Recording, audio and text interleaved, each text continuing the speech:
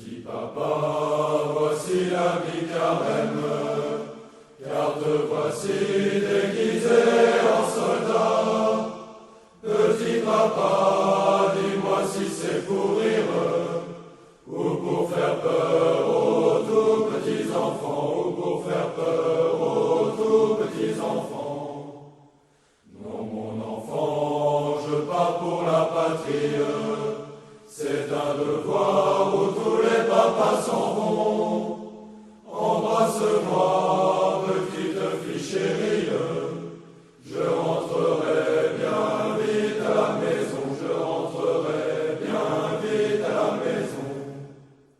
Dis-moi maman, quelle est cette médaille et cette lettre qu'apporte le facteur?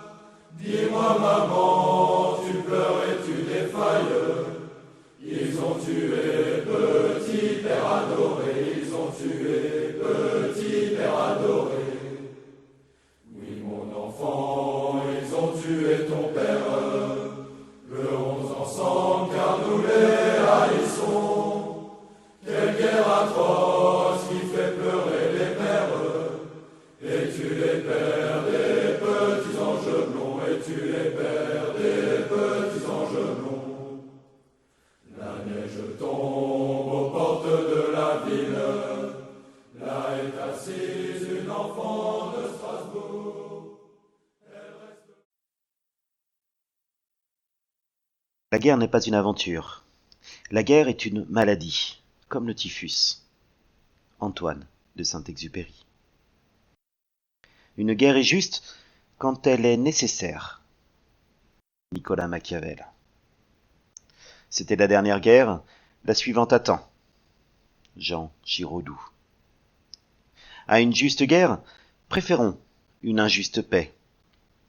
Samuel Butler. Un monde sans guerre est un monde sans humains. Michael Adam. Depuis le 23 février, la guerre sonne à nouveau sur le continent européen après avoir débuté de manière larvaire en 2014. Un choc pour les générations nées après le conflit du Kosovo. Un choc pour ces générations qui ne connaissent la guerre qu'au travers des jeux vidéo et les échos médiatiques de conflits dans des pays dits non évolués, où la violence appelle la violence. Un choc car ce qui semblait loin est là, tout proche. La paix est un temps entre deux guerres. Elle aura duré, bon an mal an, 23 ans. La guerre a toujours été malheureusement présente et comme nous l'avons lu, est vue comme horrible, nécessaire ou inéluctable. Mais que dit la Bible sur ce sujet? Là encore, la pensée chrétienne a évolué tout au long de l'histoire.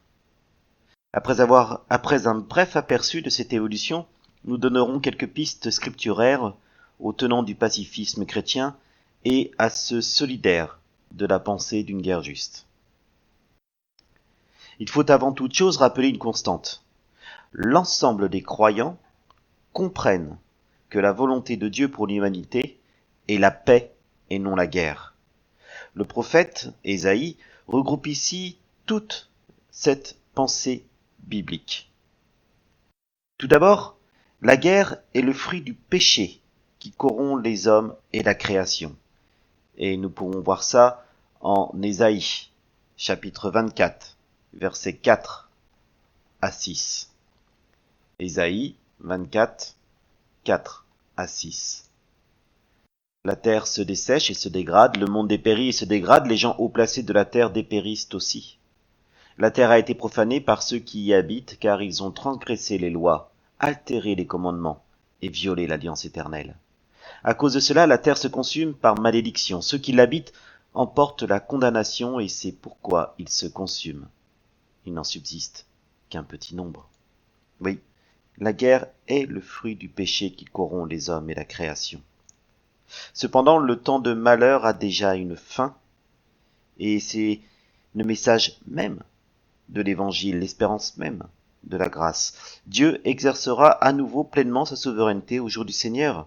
Et cela nous est parfaitement bien raconté en Ésaïe 2, les versets 3 à 5. Car de Sion viendra la loi, et de Jérusalem la parole de l'Éternel. Et il sera l'arbitre entre les nations. Oui, il sera le juge de nombreux peuples. Martelant leurs épées, ils forgeront des socs pour leurs charrues, et de leurs lances, ils feront des faucilles. Plus aucune nation ne brandira l'épée contre une autre nation, et l'on n'apprendra plus la guerre. Descendants de Jacob, venez donc, et marchons à la lumière de l'Éternel. Oui, la guerre ne sera plus, et la volonté de Dieu sera au cœur même de sa création. Et enfin, terminons justement cette pensée biblique que la guerre est mal par ce passage d'Ésaïe au chapitre 11 et versets 6 à 9. Il nous est dit ceci: le loup vivra avec l'agneau, la panthère reposera aux côtés du chevreau, le veau et le lionceau et le bœuf à l'engrais seront ensemble, et un petit enfant les conduira. Les vaches et les ours brouteront côte à côte, et leurs petits auront un même gîte. Le lion et le bœuf se nourriront de paille. Le nourrisson s'ébattra sans danger près du nid du cobra, et le tout jeune enfant pourra mettre la main dans l'antre du serpent. On ne commettra plus ni mal, ni destruction sur toute l'étendue de ma montagne sainte, car la terre sera remplie de la connaissance de l'Éternel, comme les eaux recouvrent le fond des mers. Oui, c'est ce jour que nous attendons. C'est ce jour qui est l'espérance de tous les chrétiens. Cependant, dans l'attente de ce jour béni, le rapport à la guerre a suscité beaucoup d'interrogations pour le chrétien. Quel est le bon comportement à suivre dans un monde soumis au péché?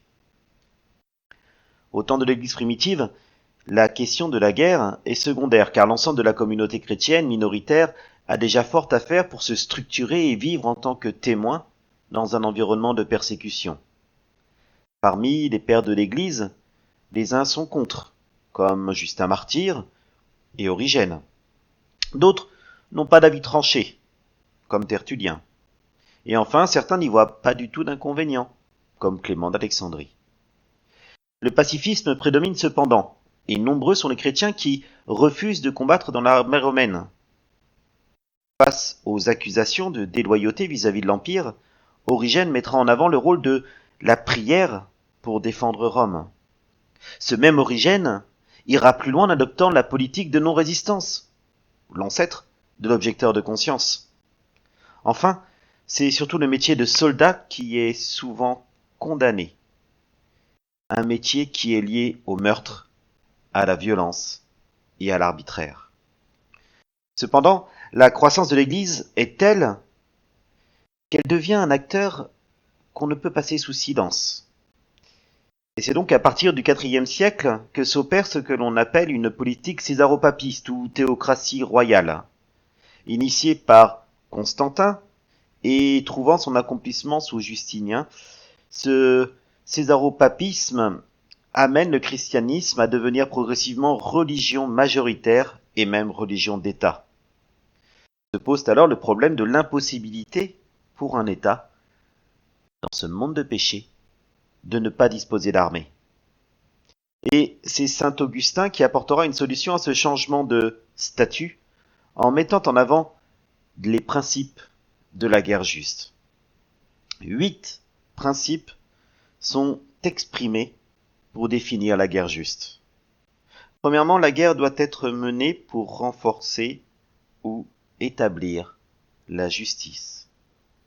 Deuxièmement, il ne faut y avoir recours qu'en dernier ressort. Autre point, elle doit être menée dans le but de rétablir la paix.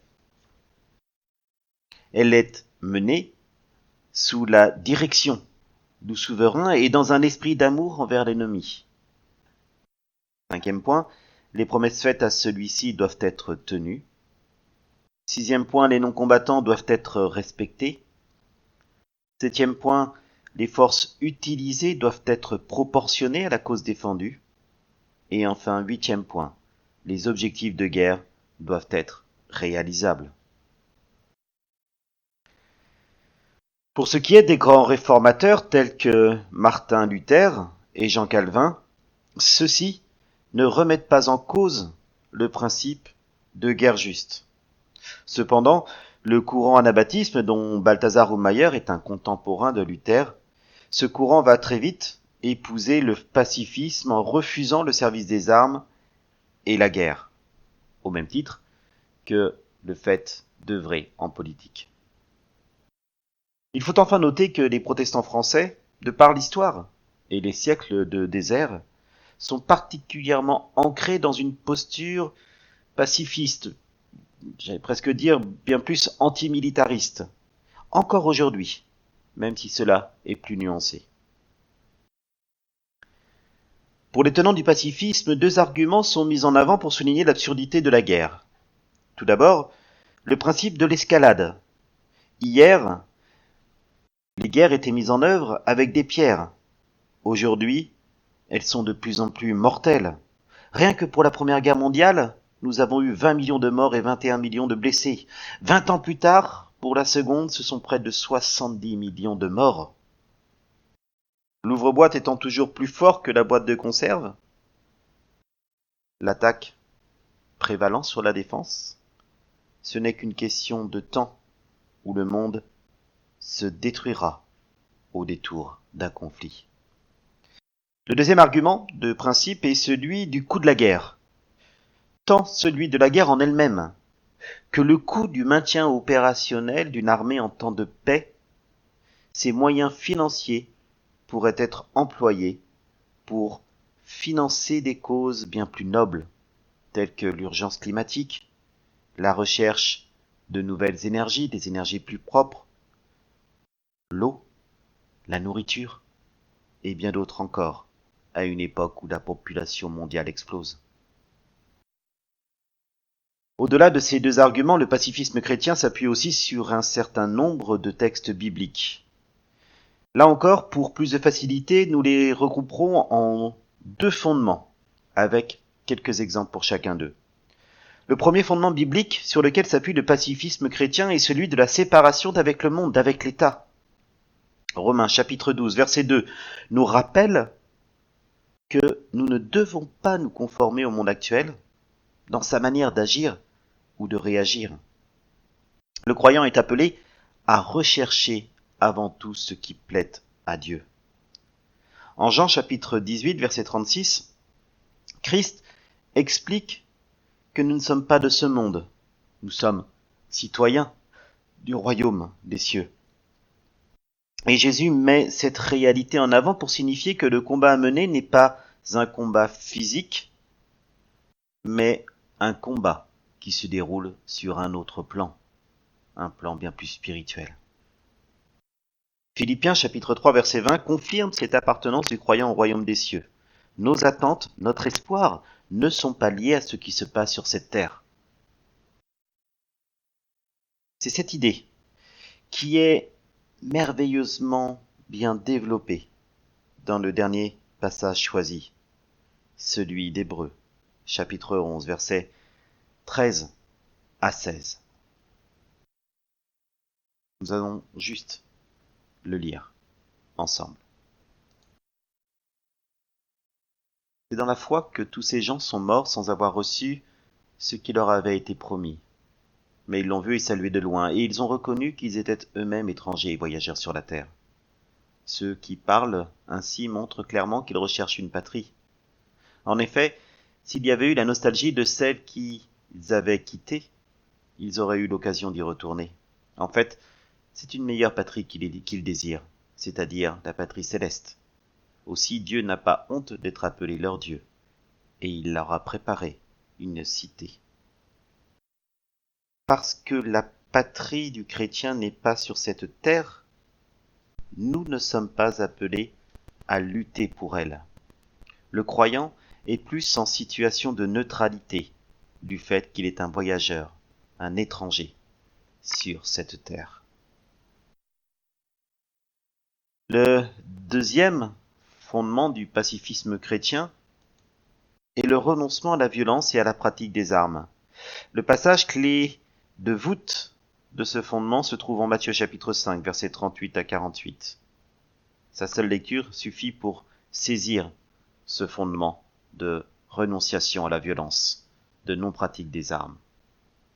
Matthieu chapitre 5, versets 38 à 48, il nous est dit ceci. « Vous avez appris qu'il a été dit œil pour œil, dent pour dent, eh bien moi je vous dis, ne résistez pas à celui qui vous veut du mal. Au contraire, si quelqu'un te gifle sur la joue droite, tends-lui aussi l'autre. Si quelqu'un veut te faire un procès pour avoir ta chemise, ne l'empêche pas de prendre aussi ton vêtement. Et si quelqu'un te réquisitionne pour porter un fardeau sur 1 kilomètre, porte-le sur 2 kilomètres avec lui. Donne à celui qui te demande, ne tourne pas le dos à celui qui veut t'emprunter quelque chose. Vous avez appris qu'il a été dit, tu aimeras ton prochain et tu haïras ton ennemi? Eh bien moi je vous le dis, aimez vos ennemis et priez pour ceux qui vous persécutent. Ainsi, vous vous comporterez vraiment comme des enfants de votre Père Céleste, car lui, il fait luire son soleil sur les méchants aussi bien que sur les bons, et il accorde sa pluie aux justes comme aux injustes. Si vous aimez seulement ceux qui vous aiment, allez-vous prétendre à une récompense pour cela? Les collecteurs d'impôts eux-mêmes n'en font-ils pas autant? Si vous ne saluez que vos frères, que faites-vous d'extraordinaire? Les païens n'agissent-ils pas de même? Votre Père Céleste est parfait. Soyez donc parfaits comme lui. Pour le pacifisme chrétien, le refus de la guerre se fonde donc sur la conviction que toute guerre est un mal. Comme le chrétien ne doit rien avoir à faire avec le mal, il ne doit rien avoir à faire non plus avec la guerre. Garder une telle posture, dans certaines circonstances, peut tout de même interroger. La première interrogation se base sur le fait qu'il est demandé aux chrétiens de rechercher la paix à tout prix, comme il nous l'est rappelé en Hébreux 12, 14. Si cela n'amène aucune discussion sur le plan strictement individuel, cette posture peut-elle tenir lorsque notre prochain, celui qui est à côté de nous, est mis en danger? Devons-nous nous en laver les mains à la manière de Ponce Pilate? Ou devons-nous agir? Et si nous devons agir, dans quelles limites? Face au jusqu'au-boutisme de la violence, comme par exemple en 1939, cette violence que nous croisons sur cette terre de péché, faut-il laisser agir cette violence?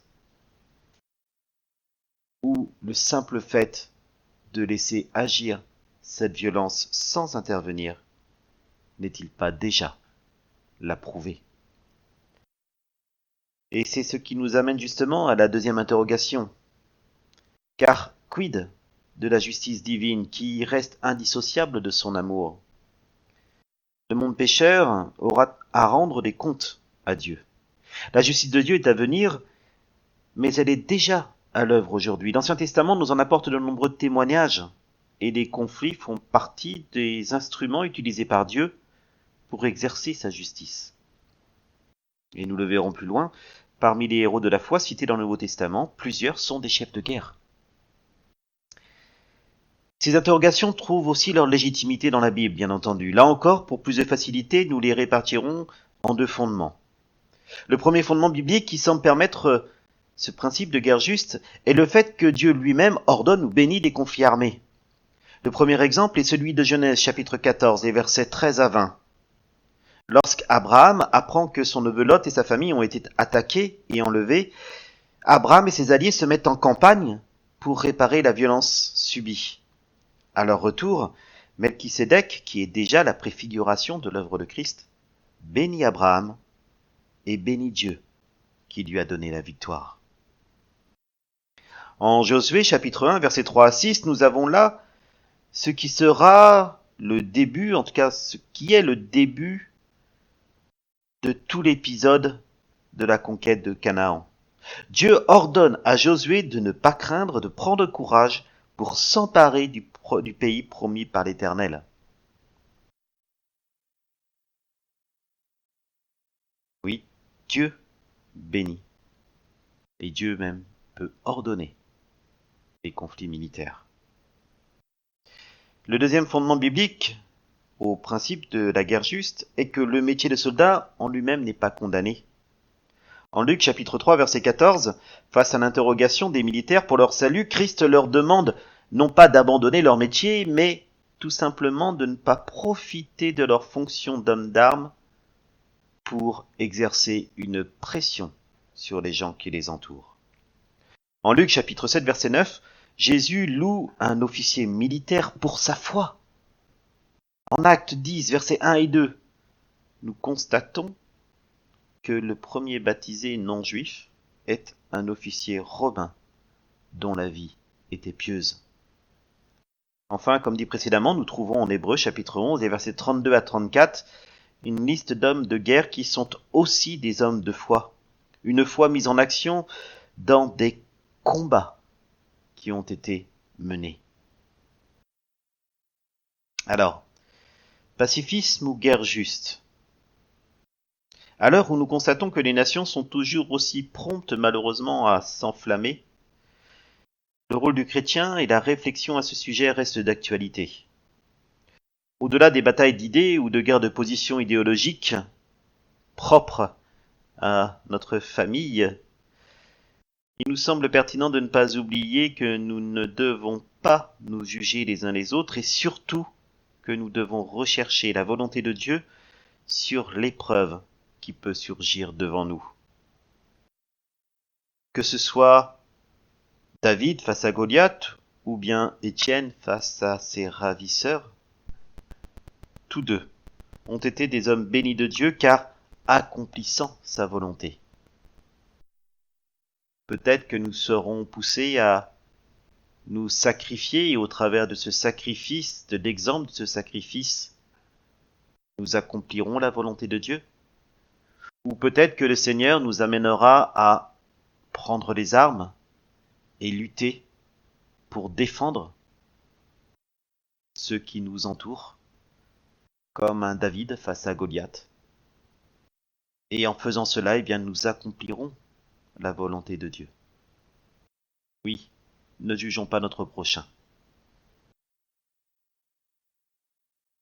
Pour conclure et nourrir notre réflexion personnelle, 2 pistes à creuser. La première est qu'à l'heure actuelle où chaque pays tente de justifier telle ou telle action militaire, on le voit, les États-Unis contre l'Irak en 2003, on le voit avec la France en Libye, on le voit aujourd'hui encore, la Russie en Ukraine, et les exemples sont foison malheureusement. Quand on voit que chaque pays tente de justifier telle ou telle action militaire en disant ce sont des guerres justes, et ils utilisent pour ça des actions de subversion et une véritable guerre de l'information, peut-on légitimement croire au principe de guerre juste comme prôné par saint Augustin? Le deuxième axe de réflexion personnelle est la manière dont le chrétien peut se positionner devant ce que l'on appelle aujourd'hui la guerre moderne, et qui regroupe autour de ce terme toutes les différentes facettes de la guerre. Et là, vous avez une liste: guerre hybride, cyberguerre, guerre asymétrique, guerre biologique, chimique, électronique, psychologique, subversive, d'information, navale, nucléaire, spatiale, blindée ou NCW. Face à cette hydre de la guerre, comment le chrétien peut-il trouver sa place de témoin de Christ, de chercheur de paix, de concitoyen du royaume de Dieu? Sherman dira en 1897 « Je suis fatigué de la guerre. Elle me rend malade. La gloire, baliverne. La guerre, c'est l'enfer. » La guerre est en effet le pire mot de cette terre soumise au péché. Mais il nous a été cependant fait une promesse. Notre espoir est porté dans ces quelques mots que nous trouvons en Apocalypse chapitre 21, versets 2 à 4. Je vis la ville sainte, la nouvelle Jérusalem, descendre du ciel, d'auprès de Dieu, belle comme une mariée qui s'est parée pour son époux. Et j'entendis une forte voix venant du trône qui disait « Voici la tente de Dieu avec les hommes. Il habitera avec eux. Ils seront ses peuples et lui Dieu avec eux sera leur Dieu. Il essuiera toute larme de leurs yeux. La mort ne sera plus, il n'y aura plus ni deuil, ni plainte, ni souffrance. Car ce qui était autrefois a définitivement disparu. Que le Seigneur nous donne la grâce de pouvoir persévérer dans la recherche de la paix, dans l'attente de cette nouvelle Jérusalem qui viendra assurément. Amen.